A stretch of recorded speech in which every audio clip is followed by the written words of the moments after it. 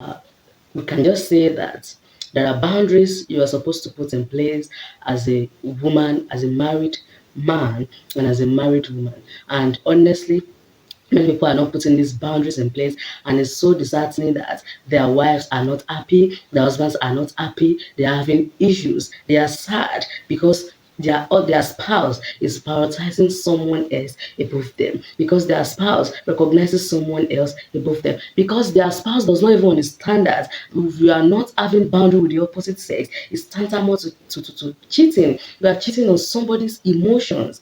And that is it. So I'll be listing some points how to know that you are not setting boundaries. I mean, you don't have boundaries with the opposite sex. Number one, you don't have boundary with the opposite sex when you make your spouse feels like you are doing them a favor by keeping your distance from the opposite sex. Yes, this person is actually keeping his or her distance from an opposite sex, but they are doing it because if I don't do it now, my spouse will talk. If I don't do it now, my spouse will shout. If I don't do it now, my spouse will nag. My wife will nag me. My husband will do this and that. Then you are still not keeping the boundary because it's a matter of time before you fall victim. It's a matter of time before you lose guard. You're still going to lose your guard. But if you decide that, okay, this thing is a must do for my family, this thing is a must do, this boundary is a must keep for my family, this boundary is a must keep for my sanity, this boundary is a must keep for my future, this boundary is a must keep for my children, this boundary is a must keep so that the things I've worked for all my life will not come crashing down in front of me. So if you are by the time you put those things forward and you now decide, okay, and because of my partner's feelings, you are going to last long in creating the boundaries. But if the one you do is that so that she will not shout on me, so that I will not be screaming my name, then it's a matter of time. You are still not keeping boundary because this boundary you claim to be keeping, you are setting it for a wrong reasons, and it's a matter of time before you fall short. It's a matter of time before you go wrong. So you need to understand that. Another thing. Number two, you don't have boundaries with the opposite sex when you ignore or discard your spouse's feelings about your opposite sex friends. Yes, when you ignore or discard your spouse's feelings about your opposite sex friend. Your partner is saying, I don't want this person. I don't want to see this person. I don't want you getting close to this person. And you just feel like, but I want to be close with them. Then you don't have boundaries which will hurt your home. It's going to hurt your home. Just put yourself in their shoes for a moment and see how that feels. That you just feel, I can just talk to a lady, I can just talk to a guy, I can just bring a guy into my space, I can just do this and that. So if you're not so comfortable with it, then it is your problem. And to think recently, I think I saw somewhere that somebody said, so now if you have boyfriend, you cannot be with your male friend in an hotel for like 3 days just gisting and talking. I just see like, what's this one saying? And I wonder what is going on. How will you've gotten married to someone and you think that somebody can still be in your life like an opposite sex can still be in your life like you are never married, like you never have relationship. That's very wrong. Very, very wrong. Okay, number three, you don't have boundaries with the opposite sex when you make your opposite sex friend feels like they can keep a relationship with you while they don't care about your spouse. This is very, very wrong. I mean very, very wrong. Somebody thinks they can just think they can come into your life without sending your spouse. They don't even care about them. An opposite sex will think they can be in your life and whatever it is at all that you if your wife have a problem with that, just go and sort it. It's none of my business. And of course, she's right. You are the one to sort it. It's none of our business. You are the one that brought this shit on your family. You are the one that brought this nonsense on your wife. But it's very wrong that you are friend with someone that doesn't care about your wife. You are friend with someone that doesn't send your wife. You are friend with someone that doesn't love your wife. They just feel like for some reasons they don't like your wife. For some reasons your wife is not, worthy of their love. For some reasons your wife is not good enough. Wow. And you are keeping friend with such. If the tables were to be turned, how will you feel? Like somebody just think they can be in your life while they hate your wife. For whatever reason, they just hate your wife. They just hate your husband. And they are in your life. And you are entertaining them. Wow. If you don't like my husband, you cannot even be friends with me. You cannot even come near me. If you want to be friend with me, part of the package of being friends with me is my husband. My husband is part of the package. Anybody that wants to be friend with you should know that being friend with you comes with a price, and the price is that they are becoming friend with two people. Your husband, your wife, your spouse is part of the package. They can't be your friend alone. They can't just be your friend because they want to be your friend and they don't even care about your spouse. They don't care about your wife. They don't care about your husband. And you are entertaining them. For what? Who does that? Okay, you don't have boundaries with the opposite sex if you make your opposite sex friend feels like they can talk to your spouse anyhow. You are friend with someone with an opposite sex, even with the same sex. Nobody should come and think that they can talk to your husband anyhow. Nobody should come into your life and think that they can just talk to your wife anyhow. It's wrong. Talk more of being an opposite sex. An opposite sex that just feel like they can just talk to you anyhow. There's some pastors that church members think that they can honor the pastor and disrespect the wife. How? She's part of the package. If you're not going to accept her, then you're going to reject the pastor. If you're not going to accept the wife, then you're going to reject the husband. She is part of the package. The husband is part of the package. You can't reject them. So you cannot be friend with one. The Bible says, what God has joined together, let no man put asunder. What are you? Are you a devil or what? You want to split them. You just want to be there. I'm his friend. Ladies used to do this very well. I mean, women, you are friend to somebody's husband, and you think you can do anyhow you like. Hey, okay. You think you can do anyhow you like. You think you can talk to them anyhow. You think you can look them anyhow.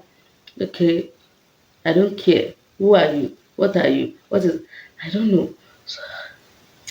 As well. Men, you actually need to do better, because if you allow a lady to talk to your woman anyhow, it is just that you don't know it. This woman, this lady that is talking to your woman anyhow, is humiliating you, is embarrassing you. If your friend, this so-called your so-called friend, gives honor to your woman, it is you that she's honoring. You receive the honor. So if you allow your woman to be humiliated, if you allow her to be embarrassed, then you own those things. The embarrassment is your own.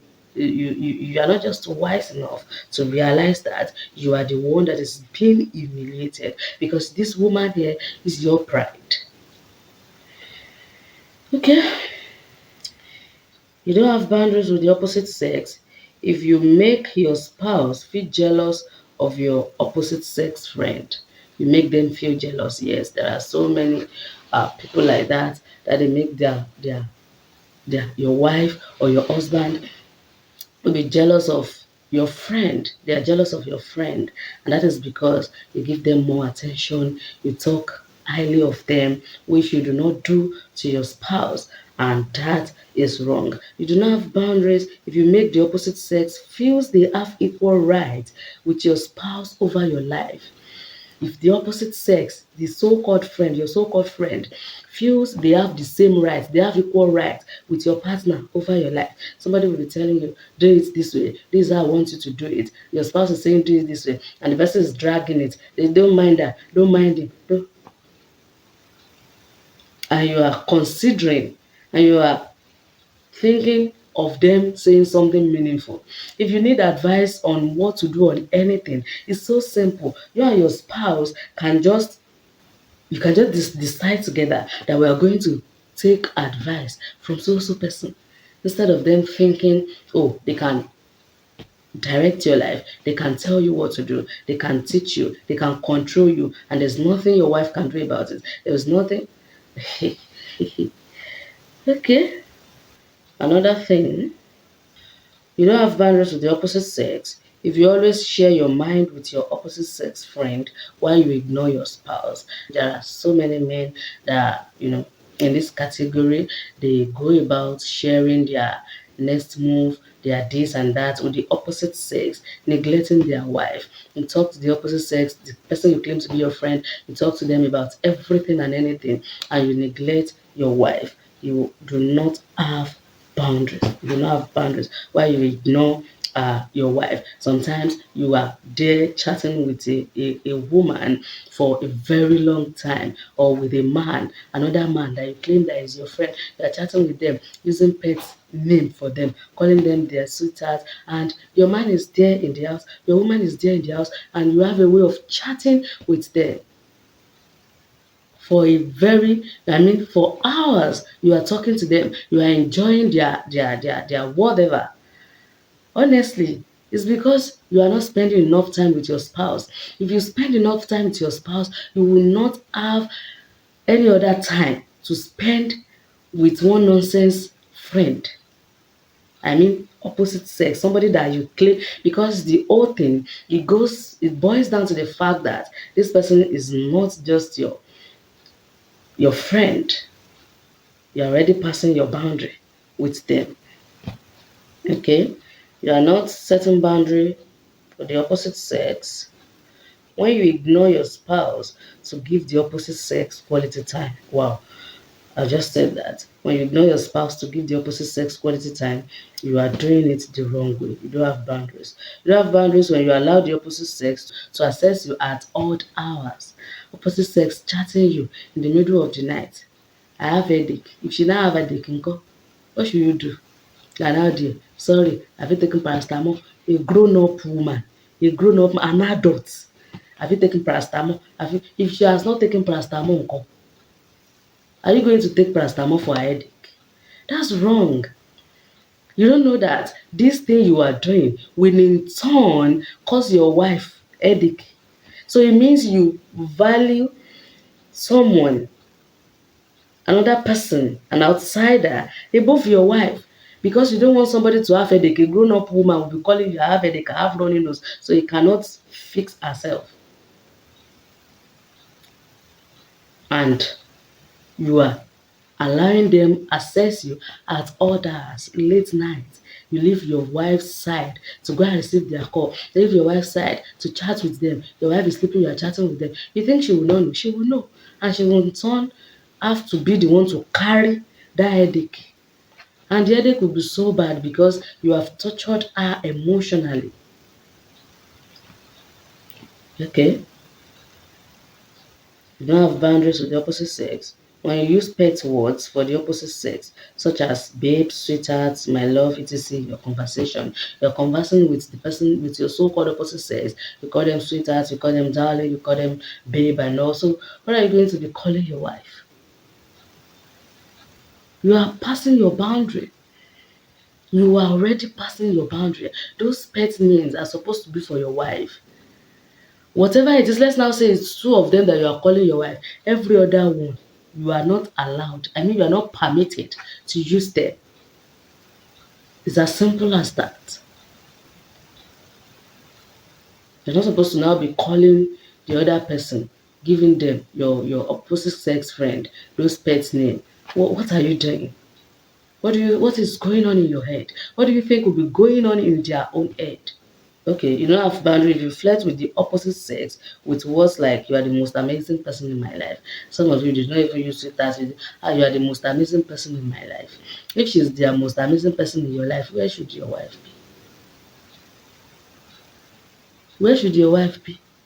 Because doing those things, you are already giving them privilege. You're already giving them edge. You're already telling them that you are more important. You're already telling them that, you see this one in my house, she's useless. You see this one in my house, you are better than her. You see this one in my house, she's a mistake. You see this one in my house, and you're just humiliating your partner. That is what it is. Honestly, should any married person be closed with the opposite sex at all?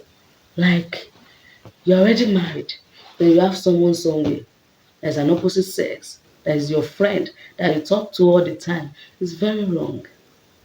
Even if they are your friend before you get married, now you have made the day you say, I do, you have made this decision to change your friend. You have made the decision to swap your friend. You have made the decision to have another best friend. And the other person at the other end should settle with that fact that you have made the decision. You have chosen this person over them. If you want them, why didn't you marry them in the first place? Why did you marry this person to finish marrying them and now be trying to bring this person into the affairs of the home, into the affairs of your life? If you are good enough, you are trying to now fight. She is telling you you are the best, you are better, you are this, and your head is swelling. You don't have sense. Your head is swelling. You are that important, and he leave you, made another choice. I mean, made a choice to live the rest of his life with another person, and is now coming to tell you you are this and you are that, and you are feeling yourself. I pity you.